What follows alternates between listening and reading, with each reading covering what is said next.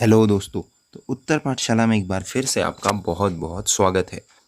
और आज हम बात करेंगे दोस्तों 2 अगस्त के उत्तराखंड राज्य के सभी महत्वपूर्ण करंट अफेयर्स के बारे में, जिसमें हम बात करेंगे जिम कॉर्बेट में दिखे सफ़ेद सांभर और फिशिंग कैट के ऊपर, नवनियुक्त मुख्य सचिव ओम प्रकाश जी के ऊपर, और उसके साथ ही डीडी उत्तराखंड को सभी प्राइवेट डीटीएच में शुरू करने की मांग की गई है। तो इन सभी विषयों के साथ अन्य विषयों पर भी हम बात करेंगे दोस्तों।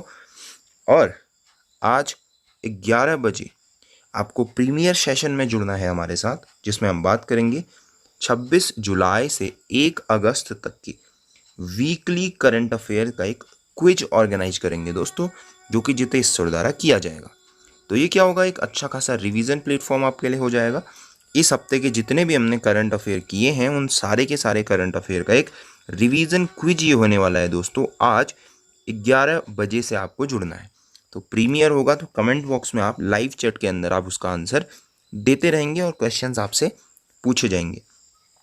तो 50 MCQ क्वेश्चंस का एक कंप्लीट डिस्कशन हम वहाँ पर करेंगे दोस्तों। 50 क्वेश्चंस का क्विज यहाँ पर ऑर्गेनाइज कराया जाएगा। तो आपको जुड़ना है 11 बजे हमारे चैनल के साथ। तो चलिए, आज का प्रश्न है आपका दोस्तों, उत्तराखंड के 15वें मुख्य सचिव कौन? तो उत्तराखंड के 15वें मुख्य सचिव का नाम आपको बताना है। आपके ऑप्शन है राधा रतूड़ी, उत्पल कुमार, ओम प्रकाश या एस रामास्वामी। तो इन चारों में से आपको सही जवाब देना है। आप ये वीडियो पूरी देखते हैं तो आपको इसका आंसर आज के करंट अफेयर से ही मिल जाएगा। तो चलिए शुरू करते हैं। तो द उत्तराखंड एजुकेशन डिपार्टमेंट, जो उत्तराखंड का शिक्षा विभाग है, उसने क्या किया है, जो एकेडमिक्स बुक हैं, जो एकेडमिक बुक्स हैं मतलब कि जो पाठ्यक्रम से संबंधित किताबें हैं, उनको घर घर तक पहुंचाने का बीड़ा जो है वो उठाया है दोस्तों। किसने? उत्तराखंड शिक्षा विभाग। तो उत्तराखंड शिक्षा विभाग एक तरीके से एकेडमिक बुक्स की, शैक्षणिक बुकों की होम डिलीवरी करने के ऊपर विचार कर रहा है दोस्तों। अच्छा, ये डिसीजन कैसे लिया गया है? ये कंडीशन जो बनी थी डायरेक्ट बेनिफिट ट्रांसफ़र प्रोग्राम, इसके अंदर लिया गया है। कोविड-19 की वजह से ये स्टेप लिया गया है दोस्तों। आपको कनेक्ट करना है चीज़ों को कि अभी होने वाले अधिकतर इश्यूज कोविड-19 से रिलेटेड होंगे। तो direct benefit transfer program DBT के अंतर्गत इसको बनाया गया है। और क्या किया जाएगा? उत्तराखंड शिक्षा विभाग होम डिलीवरी करेगा एकेडमिक पुस्तकों की। चलिए, नवनियुक्त मुख्य सचिव ओम प्रकाश ने कहा है कि जनप्रतिनिधियों को प्रोटोकॉल नहीं देने वाले नौकरशाहों पर अनुशासनात्मक कार्यवाही की जाएगी। हाल ही में खबर थी दोस्तों कि उत्तराखंड के अंदर जो ब्यूरोक्रेट हैं, जो नौकरशाह हैं और जो सरकार में बैठे हुए नेता हैं, उनके बीच में बहुत बार विवाद सामने आया था। तो जो नए मुख्य सचिव, या हम कहें उत्तराखंड के सबसे बड़े ब्यूरोक्रेट हम इनको कह सकते हैं, ओम प्रकाश। तो ओम प्रकाश जी नए नियुक्त हुए हैं, 16वें मुख्य सचिव हैं। इनसे पहले उत्पल कुमार जी थे। मुख्य सचिव कौन थे? उत्पल कुमार थे। तो 16वें मुख्य सचिव कौन आए हैं? मुख्य सचिव आए हैं ओम प्रकाश। तो उत्पल कुमार सिंह से इन्होंने कार्यभार ग्रहण किया और प्रेस वार्ता में इन्होंने प्राथमिकता गिनाई।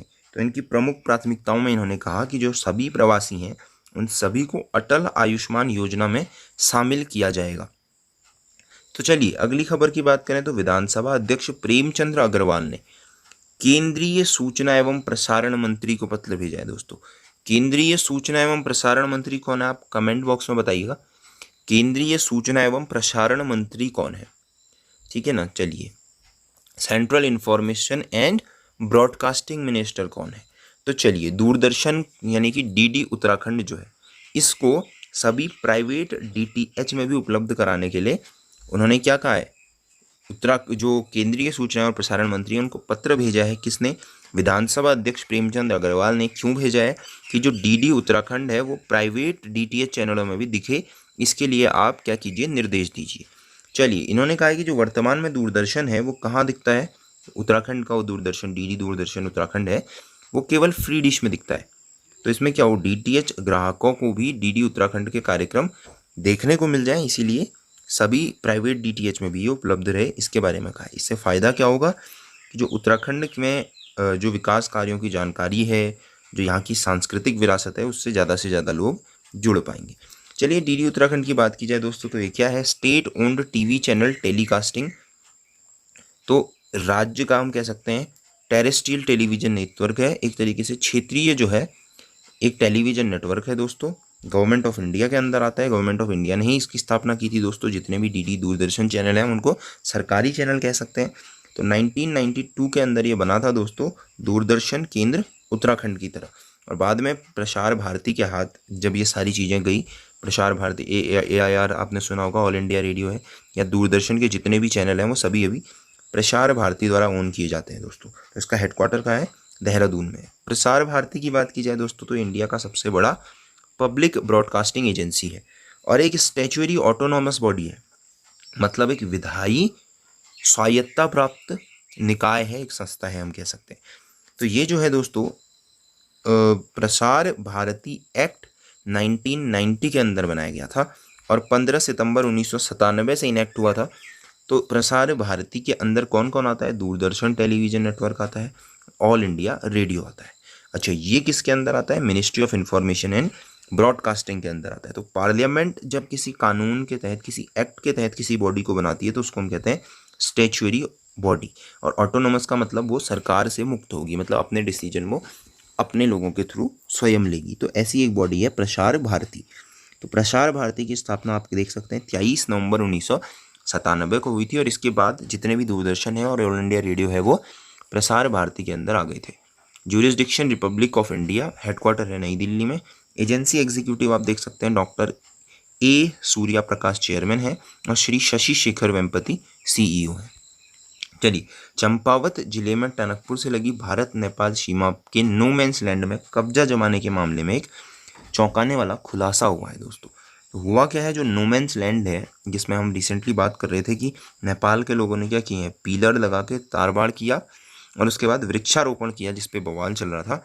इसमें जांच में जो पता चला है कि कंचनपुर जिले की जो महापालिका है और वहाँ के जो मेयर हैं सुरेंद्र बिष्ट, उनका संरक्षण प्राप्त था दोस्तों। मतलब एक तरीके की राजनीतिक ये साजिश थी जिस पे हमने पहले भी बात की थी कि ये कम से कम लगभग 50 लाख रुपए की यहाँ पर फंडिंग की गई है इनके द्वारा। तो मेयर सुरेंद्र जो हैं ये प्रधानमंत्री KP ओली के भी काफ़ी करीबी माने जाते हैं। तो आपको पता हो कि हमने डिस्कशन किया था 22 जुलाई को क्या हुआ था, भारत नेपाल सीमा की जो नोमेंस लैंड है, जो हम पिलर्स की बात कर रहे थे, वहाँ पिलर लगाकर तारबाड़ कर वृक्षारोपण किया गया था। लगभग 2500 से ज़्यादा पौधे लगाए जो कि नो मैंस लैंड था। तो क्या हुआ, अब 150 नागरिक थे। तो देखिए, जो नेपाल की सुरक्षा फोर्स है उनके होते हुए ये सारा काम हुआ। क्यों हुआ? क्योंकि संरक्षण प्राप्त था मेयर का सुरेंद्र जो है। तो SSB और चंपावत जिला प्रशासन के कड़े विरोध पर भी देखिए अतिक्रमणकारी नेपाल APF की नाक के नीचे 3 दिनों तक विवादित स्थल में तारबाड़ और पिलर लगाते रहे। तो देखिए, अब यहाँ की तरफ से ऐसा कोई विवाद नहीं किया गया भारत की तरफ से और सामान्य स्तर से बातचीत की गई। तो अब जो है SSB जो है वो इंतजार कर रही है केंद्रीय दिशा निर्देश का कि क्या किया जाए इस मामले पर। तो खुफिया एजेंसियों ने इसके पीछे नेपाल की साजिश दिखा दी है दोस्तों।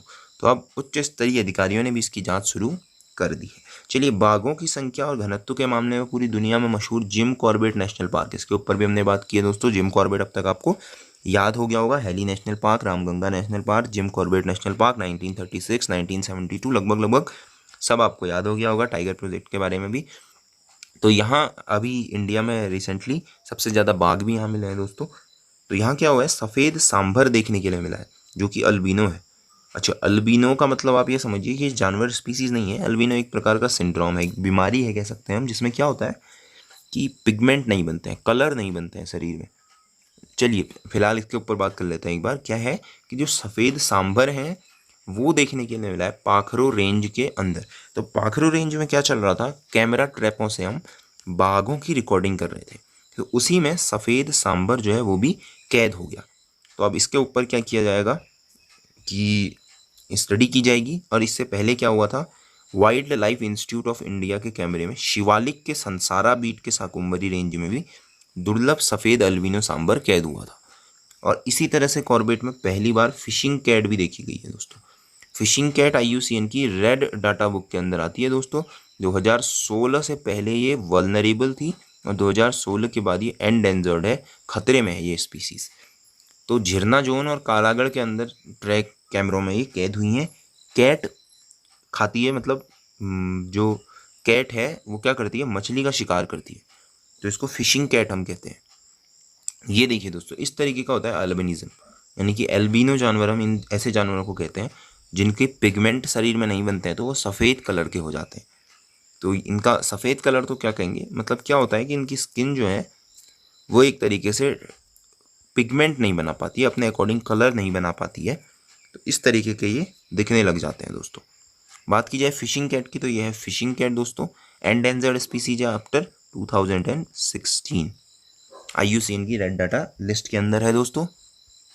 तो ये थे आज के करंट अफेयर दोस्तों। आपको फिर से 11 बजे आज लाइव सेशन में कमेंट करने हैं अपने आंसर्स, जो कि 50 क्वेश्चंस का एक वीकली करंट अफेयर का क्विज होने वाला है। 26 जुलाई से 1 अगस्त तक के 50 क्वेश्चंस हम करेंगे दोस्तों। व्हाट्सएप नंबर के थ्रू आप हमारे ग्रुप से जुड़ सकते हैं। यूट्यूब पे आप हमें अभी सब्सक्राइब करें अगर नए हैं तो। इंस्टाग्राम पे, फेसबुक पे, ट्विटर पे आप डिस्क्रिप्शन में दिए लिंक से फॉलो कर सकते हैं दोस्तों। और साथ ही टेलीग्राम ग्रुप ज्वाइन करने के लिए डिस्क्रिप्शन में दिए लिंक पर क्लिक करें, जहां आपको यूके SSC की पूरी तैयारी कराई जा रही है दोस्तों। और बहुत ही जल्द यूके SSC की रेगुलर वीडियोस अपलोडिंग स्टार्ट हो जाएगी। So thank you, till next video.